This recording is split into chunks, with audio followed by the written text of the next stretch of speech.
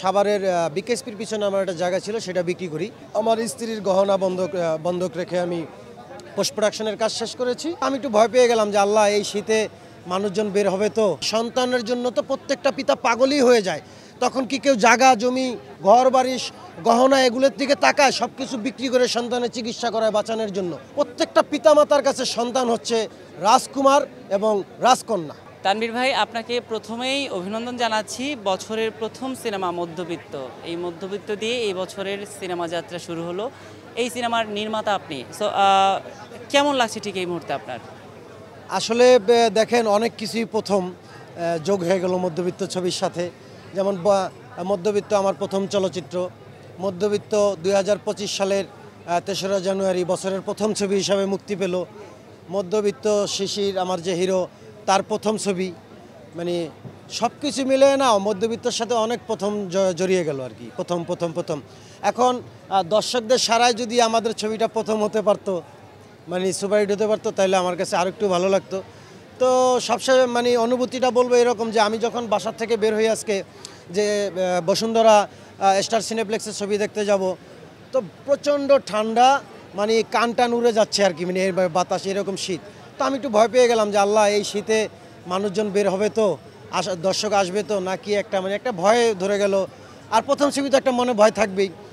তো মানে আসার পরে কাউন্টার, টিকিট কাটা, তারপর ভিতরে যাওয়া, হলের ভিতরে আপনারা হয়তো ছবি দেখেছেন আমাদের সাথে, দেখবেন যে মানে ছবি 40 মিনিট হয়ে গেছে তারপরেও দর্শক ঢুকছে, 30 মিনিট হয়ে গেছে তারপরেও দর্শক ঢুকছে, মানে বিরতির আগেও কিন্তু দর্শক ঢুকছে। তো এগুলো দেখে না মানে অনেক ভাল লাগলো যে না, আসলে আমি যতটা আশা করেছিলাম তার চেয়ে অনেক বেশি রেসপন্স পাচ্ছি। আর সবচেয়ে আনন্দের বিষয়, আমি যখন শোটা দেখে বের হই, তখন ময়মনসিংহ পূর্বী হল থেকে আমার একটা কল আসে। তো ওখানে 12টার শোতে সিঙ্গেল স্ক্রিন, ওখানে 12টার শোতে মোটামুটি 250-র উপরে দর্শক ছিল। আল্লাহর রহমতে 3.5টার শো হাউসফুল গেছে, মানে হাউসফুল। তো আপনার যেহেতু বছরের প্রথম সিনেমা, তো আসলে 13টা হলে কেন মুক্তি দিলেন, বা পরবর্তীতে হল বাড়ানোর কোনো কথা আপনার সঙ্গে হচ্ছে কিনা? দেখেন, একটা ইন্টারনাল বিষয় আসলে বলতে চাচ্ছিলাম না। তারপরও যেহেতু সাংবাদিক, যেহেতু আমার প্রাণ, আমার ভাই, আমার সহযোদ্ধা, আজকে সাংবাদিকরা যুদ্ধ করে যদি এই মধ্যবিত্ত নামের সার্টিফিকেটটা না আনতো সেন্সর বোর্ড থেকে, তাহলে হয়তো আমি মধ্যবিত্ত নামে ছবিটা রিলিজ দিতে পারতাম না। সেহেতু আপনাদের কাছে লুকানোর কিছু নেই। আসলে আমি অনেক কষ্ট করে ছবিটা বানিয়েছি, এটা আপনারা সবাই জানেন। মিডিয়ার এমন কোনো স্টেশন নাই যে জানে না। তো আসলে আমার বাজেট স্বল্পতার কারণে আমি সারা বাংলাদেশের হলে ছড়িয়ে দিতে পারিনি। আমার বুকিং এজেন্টের জানা মতে আমার প্রায় 50টার উপরে হল হওয়ার কথা এবং হয়ে গিয়েছিল।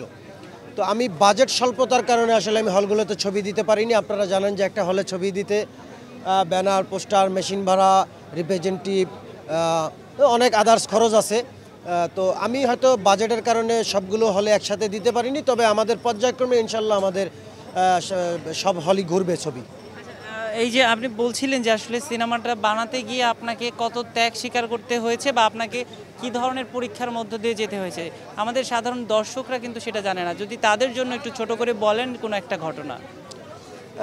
যেমন আমি বলি, আমার এই ছবিটা যখন আমি প্রথম নির্মাণ করি, কোনো প্রডিউসার পাচ্ছিলাম না। লাস্ট আমি আমার সাভারের বিকেএসপির পিছনে আমার একটা জায়গা ছিল, সেটা বিক্রি করি। সেটা বিক্রি করে ছবিটা শুরু করেছিলাম। তো দুর্ভাগ্যবশত সেই ছবির আমি 7 দিন শ্যুট করেছি, হার্ড ডিস্কটা ভেঙে ফেলতে হয়েছে। মানে কোনো একটা কারণে বা আমার অতিরিক্ত শর্ট টেম্পারের কারণে হয়তো হার্ড ডিস্কটা ভেঙে ফেলেছি। ছবিটা বাদ, ওই কাস্টিং বাদ দিয়ে আমি আবার নতুন করে শুরু করলাম। তো তখন আমাদের মিরপুরের আমার একটা কফি শপ ছিল, আমার ক্যামেরা হাউস ছিল, এডিট প্যানেল ছিল, আপনারা জানেন। তো এগুলো সবই বিক্রি করেছি, ধাপে ধাপে বিক্রি করে করে শ্যুট করেছি। একটা ক্যামেরা বেচছি, শ্যুট করছি, একটা ক্যামেরা বেচছি 2 দিন শ্যুট করছি, একটা ক্যামেরা বেচছি 1 দিন শ্যুট করছি, এভাবে 5টা ক্যামেরা বিক্রি করেছি। তো সব কিছু বিক্রি করে অনেক চড়াইতে, তার ভিতরে অনেক পলিটিক্সের শিকারও হয়েছে। হ্যাঁ, আমাদের ইন্ডাস্ট্রির সবই তো আপনারা জানেন। তো এইভাবে করে অনেক চড়াইতে করে ছবিটা লাস্ট যখন আমি পোস্ট প্রোডাকশনে এসে, এর ভিতরে আবার ওমর মালিক ভাই আমাকে কিছু সাপোর্ট দিয়েছেন, মানে হেল্প করেছেন, পাশে দাঁড়িয়েছেন। সেটা আবার ওনাকে আবার আমার ফেরত দিতে হবে সামথিং, অল্প কিছু। তো লাস্ট পোস্ট প্রোডাকশনে এসে যখন ঠেকে গেলাম, তখন আবার আমার স্ত্রীর গহনা বন্ধক রেখে আমি পোস্ট প্রোডাকশনের কাজ শেষ করেছি। রিলিজ প্রক্রিয়া এসে যে এত টাকা লাগে আমার জানা ছিল না, যেহেতু আমার প্রথম ছবি মধ্যবিত্ত। তো রিলিজের সময় এসে দেখলাম যে অনেক টাকা লাগে, মানে প্রায় 5-7 লাখ টাকার উপরে লাগে, মানে ন্যূনতম কোনো আওয়াজ ছাড়া রিলিজ দিতে গেল। তো তখন এই টাকাটা যোগান দিতে আমার অনেক ব্যাক পেতে হয়েছে। আসলে একা তো সবার পক্ষে সব কিছু করা সম্ভব হয় না, সকলের সহযোগিতা নিয়ে তো এগিয়ে যেতে হয়। এই যে আপনি যেটা বলছিলেন যে আপনি জমি বিক্রি করে, আপনি ঋণ করে, আপনার ক্যামেরা বিক্রি করে, মানে আপনার যেগুলো অর্থনৈতিক আয়ের উৎস ছিল আপনি সেগুলো বিক্রি করে, এবং কি সবশেষ আপনার ওয়াইফের গহনাও আপনি বিক্রি করে দিয়েছেন। তো আসলে কেন এই পাগলামিটা, যে যেখানে আসলে সিনেমা থেকে হয়তো বা আপনি লাভবান হতে পারতেন, সেই জায়গায় আপনি সব বিক্রি করে কেন সিনেমা করতে আসলেন? পাগলামিটার মূল কারণ হচ্ছে, দেখেন আমি ছোটোবেলা থেকেই মিডিয়াকে অনেক ভালোবাসি। আমি হাই স্কুলে যখন ছিলাম, আমার বাবা বাংলাদেশের শ্রেষ্ঠ ধনী জহিরুল ইসলামের হাই স্কুলের প্রধান শিক্ষক ছিলেন। তো আমি ওই সংস্কৃতি কালচারেই বেড়ে উঠেছি। সেখান থেকে আমি স্কুলে অধ্যয়নরত অবস্থায় কিন্তু আমি মঞ্চ নাটক করেছি আমার নিজ উদ্যোগে, স্কুলের উদ্যোগে না। তা আমি ওই ছোটোবেলা থেকেই কেমন একটা অর্গানাইজ একটা ভাব ছিল আমার ভিতরে, একটা সংস্কৃতি মনা একটা ইয়া ছিল, একটা উদ্যম ছিল, তারুণ্য ছিল। তো সেখান থেকে আমার মিডিয়ায় আসা, আর মিডিয়ায় আসার কারণে কিন্তু দেখেন আমি আমার বোন, পিতা মাতা সব কিছু থেকে আমি বিচ্ছিন্ন, আমি কিন্তু আলাদা থাকি। আমার পরিবারের কেউ মিডিয়া পছন্দ করে না, যেহেতু আমি মিডিয়ায় অনেক দিন কাজ করি, কোনোভাবে সাইন করতে পারছিলাম না। তো তারা মিডিয়াটা ওই জন্য পছন্দ করে না যে তুমি অন্যভাবে কেরিয়ার করো। তো দেখেন সেই ক্ষেত্রে আমার পরিবার থেকে বিচ্যুতি, আমি এক কথায় ডিসচার্জ। তো পাগলামিটা এই কারণেই। আর তো পাগলামি বলতে দেখেন আমার মধ্যবিত্ত হচ্ছে আমার প্রথম সন্তান। একটা পরিচালকের কাছে তার ছবি কিন্তু সন্তানের মতো। তো আমার সন্তানটা যখন অসুস্থ হয়ে ধরেন আইসিইউতে পড়ে আছে, হাসপাতালে পড়ে আছে, বেডে পড়ে আছে, ধরেন প্যানেলে পড়ে আছে, মিউজিকে পড়ে আছে, সেটা টাকার জন্য আমি ছুটাতে পারছি না। তো তখন বাধ্য হয়ে তো বা এই সন্তানের জন্য তো প্রত্যেকটা পিতা পাগলই হয়ে যায়।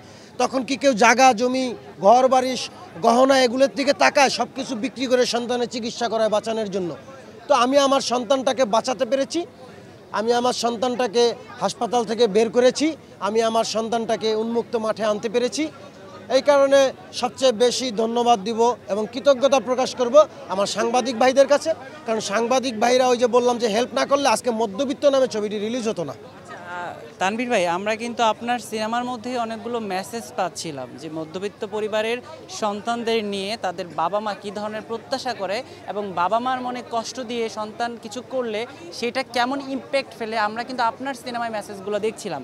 তো এই যে আপনি বলছিলেন যে মধ্যবিত্ত সিনেমাটা অ্যাজ এ ডিরেক্টর আপনার কাছে একটা সন্তানের মতো, তো এই সন্তানটা যদি আপনার ভালো না হয় তাহলে কি সেটা আপনার জন্য বোঝা হয়ে যাবে না? বা এই সন্তান যদি আপনাকে সফলতা এনে দেয়, সেটা অবশ্যই আপনার অভিভাবক হিসেবে আপনি এগিয়ে যাবেন। কিন্তু যদি সেই সন্তানটা আপনার ওয়ার্ক না করে, সেটা যদি দর্শকের হৃদয়ে জায়গা না করে নেয়, দর্শকের কাছে না পৌঁছায়, তাহলে কি সেটা আপনার জন্য বোঝা হয়ে যাবে না? সন্তান আসলে পিতার কাছে কখনো বোঝা হয় না। আর হয়তো দেখা গেছে কোনো সন্তান জজ ব্যারিস্টার হয়, ডিসিএসপি হয়, আবার কোনো সন্তান যে দেখেন যে মানে অকালেই ঝরে যায়, মানে বেশি শিক্ষিত হতে পারে না বা লাইফে শাইন করতে পারে না, টাকা পয়সার মালিক হতে পারে না। তো বিষয়টা আসলে কোনো পিতামাতাই এইভাবে দেখে না যে আমার ওই সন্তান এত টাকা কামিয়েছে, এই সন্তান এত কম কামাচ্ছে। আসলে পিতামাতার কাছে সব সন্তানই সন্তান, সন্তান কখনো বোঝা হয় না। আর আমি বিশেষ করে এইভাবে বলবো যে সন্তান সেটা ল্যাংড়া হোক, লুলা হোক, অন্ধ হোক, কানা হোক, প্রত্যেকটা পিতামাতার কাছে সন্তান হচ্ছে রাজকুমার এবং রাজকন্যা। তো আমার কাছেও মধ্যবিত্ত কখনো বোঝা হবে না। অডিয়েন্স আমি যেভাবে ভালোবাসা পাচ্ছি, যতটুকুই পাচ্ছি আলহামদুলিল্লাহ। আমার প্রথম ছবি এবং আমার অনেক টানপূরণের ছবি, আমি হয়তো এরকম আমার অনেক ল্যাকিংস আছে, প্রথম ছবি হিসাবে ঘাটতি আছে, সেটা আপনাদের মাধ্যমে আমি অডিয়েন্সের কাছে বলবো। আমার ল্যাকিংস, আমার ভুল ত্রুটি আপনারা ক্ষমা করে আমার মধ্যবিত্ত ছবিটি আপনারা হলে এসে দেখুন, বাংলা ছবির পাশে থাকুন। আমার ভুল ত্রুটিগুলো আপনারা আলোচনা সমালোচনা করুন। দর্শকদের আলোচনা সমালোচনা আমি সবসময় মাথা পেতে নিব এবং আপনাদের সমালোচনার মাধ্যমে আমি নেক্সট একটা ভালো ছবি বানানোর উদ্যমতা পাবো, সাহস পাবো।